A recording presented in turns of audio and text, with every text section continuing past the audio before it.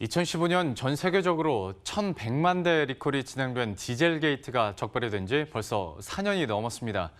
독일에서는 첫 집단 소송이 본격적으로 시작이 됐는데요. 참여하는 인원이 무려 47만 명에 달합니다. 미국과 호주 정부는 나서서 소비자들에게 배상하도록 했는데 유독 한국 소비자들은 아무 보상도 못 받은 채 개별적으로 대응을 하고 있습니다. 권순우 기자와 함께 이 부분 자세히 짚어보도록 하죠. 사실 디젤게이트야 뉴스들이 워낙 많이 나오기도 했고 시간도 물리적으로 지나기도 해서 사실 정리는 안 됩니다. 이렇게 시간이 이렇게 지나고 나서야 소송이 특히 집단 소송이 시작된 이유가 있습니까? 그 디젤게이트로 피해를 본 사람 중에 좀 가장 많은 피해를 본 주체 중에 하나는 아무래도 독일 국민들일 거잖아요. 그러니까 1,100만 대의 리콜 차량 중에 한 270만 대 정도는 독일 본국에서 이루어졌습니다. 그러다 보니까 독일에서 집단 소송을 할 때 참여하는 인원이 무려 47만 명에 달하게 되는 건데요. 그러니까 독일 소비자들이 폭스바겐을 상대로 소송을 그전에 제기하지 않았던 건 아닙니다. 근데 이번에 그 유의미하게 보고 있는 부분은 첫 집단 소송이라는 측면입니다. 한국에는 집단 소송 제도가 없기 때문에 개별 소비자들이 지금 소송을 진행하고 있는데요. 독일에서도 이제 집단 소송제가 없어서 개별적으로 지금 대응을 해오다가 독일 국회가 너무나 국민적인 분노가 컸기 때문에 법 개정을 통해서 집단 소송 제도를 이번에 도입하게 된 겁니다. 그래가지고 집단 소송을 적용하게 되면 한 건이 승소를 하게 되면 나머지 소비자들도 다 보상을 받을 수 있는 상황이 됐는데요. 그러다 보니까 이번 소송에 임하는 태도들이 많이 달랐습니다. 한번 변호사의 얘기를 직접 들어보시죠. Ja, es ist zunächst mal die historische erste Musterfeststellungsklage mit diesem Ausmaß. Wir werden sehen, ob das Gericht hier deutliche Worte findet, dass Volkswagen eben tatsächlich Millionen Menschen geschädigt hat, vorsätzlich und sittenwidrig. Das wollen wir feststellen. Wir sind sogar der Auffassung, dass hier ein Betrug vorliegt. Und wir werden sehen, ob das Gericht heute schon einen ersten Fingerzeig gibt, in welche Richtung das geht. 그러면 이 디젤게이트와 관련해서 집단 소송 말고 다른 사안도 지금 진행되는 게 있습니까? 개별 소송 다 진행이 되고 있고요. 그거와 별도로 또 주가 하락에 대한 측면도 좀 수사가 이루어지고 있습니다. 이 당시에 그 주가가 하락해 투자자들이 금전적인 손해를 봤는데 이거를 경영진들이 알고 나서도 고의적으로 은폐했다는 혐의로 전현직 경영진 3명을 기소를 했습니다. 그리고 독일 검찰은 그 폭스바겐뿐만이 아니고 벤츠의 모기업인 다임러에 대해서도 8억 8천만 유로의 벌금을 부과했습니다. 그런데 이런 보상 얘기가 나오면 항상 국내, 그러니까 한국 소비자들은 제대로 보상을 못 받고 있고 차별을 받고 있다. 이런 뉘앙스의 보도들을 많이 보게 되는데 실제로 다른 나라와 비교하면 얼마나 차이가 나는 겁니까? 이게 그 뉴스가 좀 섞이다 보니까 좀 인지하기가 되게 어려운데요. 한국 소비자들이 받은 그러니까 피해에 대한 보상은 정말 단 한 푼도 없습니다. 그러니까 이전에 폭스바겐 같은 경우에는 그러니까 아우디 폭스바겐이 소비자들에게 한 100만 원 상당의 바우처를 제공한 적이 있는데요.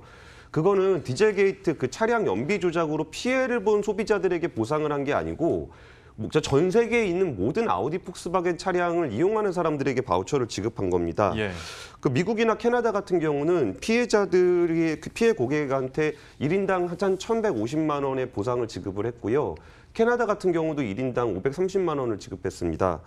그 바우처 제공하고는 별도로 합의한 내용으로 이거는 피해에 대한 보상이라고 볼 수 있습니다. 그리고 최근에 지난달에 있었던 일인데요. 호주 정부하고도 이제 합의를 해서 집단 소송을 통해서 1인당 한 120만 원 상당의 이제 보상을 하도록 좀 합의를 했습니다. 그런데 이게 우리나라 같은 경우는 이런 부분, 그러니까 폭스바겐은 이제 호주 내의 디젤 분쟁을 완전히 해결하기 위한 조치라고 했습니다. 그런데 호주 정부에서 어떤 소비자를 담당하고 있는 기관에서는 이거 말고도 소송을 계속하면서 벌금을 또 물리려는 것들이 추진이 되고 있습니다. 자, 이쯤 되면 좀 한국 소비자들은 당연히 억울할 수밖에 없을 텐데 유독 그러면 한국 소비자들이 이런 보상을 못 받는 이유가 있습니까? 그러니까 이게 호주나 그 미국이나 이게 폭스바겐이 자기들의 잘못을 자인하고 이거를 자발적으로 그렇게 보상을 해주는 게 아닙니다. 오히려 정부나 재판부 쪽에서 그거를 굉장히 좀 압박을 세게 했을 때 못 이겨서 이거를 이제 합의를 하고 보상을 해주게 되는 건데요. 우리나라 같은 경우는 우리나라 소비자들이 보상을 받지 못하는 가장 큰 이유는 우리나라 정부와 재판부가 소비자 권익 부분에 대한 보호가 약간 미흡했다라고 볼 수 있습니다. 지난 7월 서울중앙지법에서는 이 그 디젤게이트 관련한 첫 소비자 소송이 진행이 됐습니다.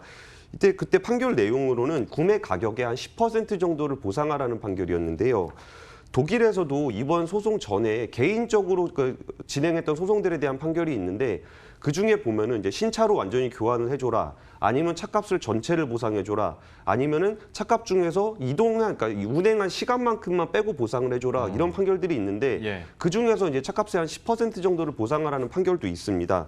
결국 한국 재판부 같은 경우는 독일 재판부가 내렸던 여러 가지 판결 중에 가장 낮은 수위의 판결을 했던 겁니다. 그런데 독일에서도 이게 여러 개의 판결이 있다 보니까 이게 다 모여가지고 이제 연방 대법원에서 곧 최종 판결을 내릴 예정인데요.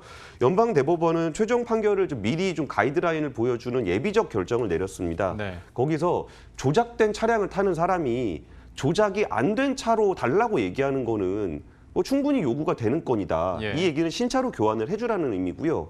그리고 이 차가 더 이상 생산되지 않는다는 이유로 거부할 수 없다라는 얘기는 그 차가 없다면은 지금 나오는 차로라도 교환을 해줘라라는 판결이 좀 예비적 결정이 내려져서 이런 방향으로 좀 결과가 나오지 않을까 싶습니다.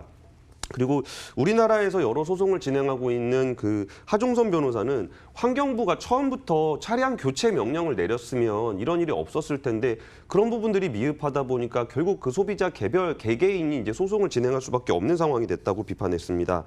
그 피해자들은 환경부가 좀 폭스바겐이 차량 교체를 하도록 명령을 해달라, 이게 이루어지지 않으니까 이제 헌법소원까지 제기를 했었는데요.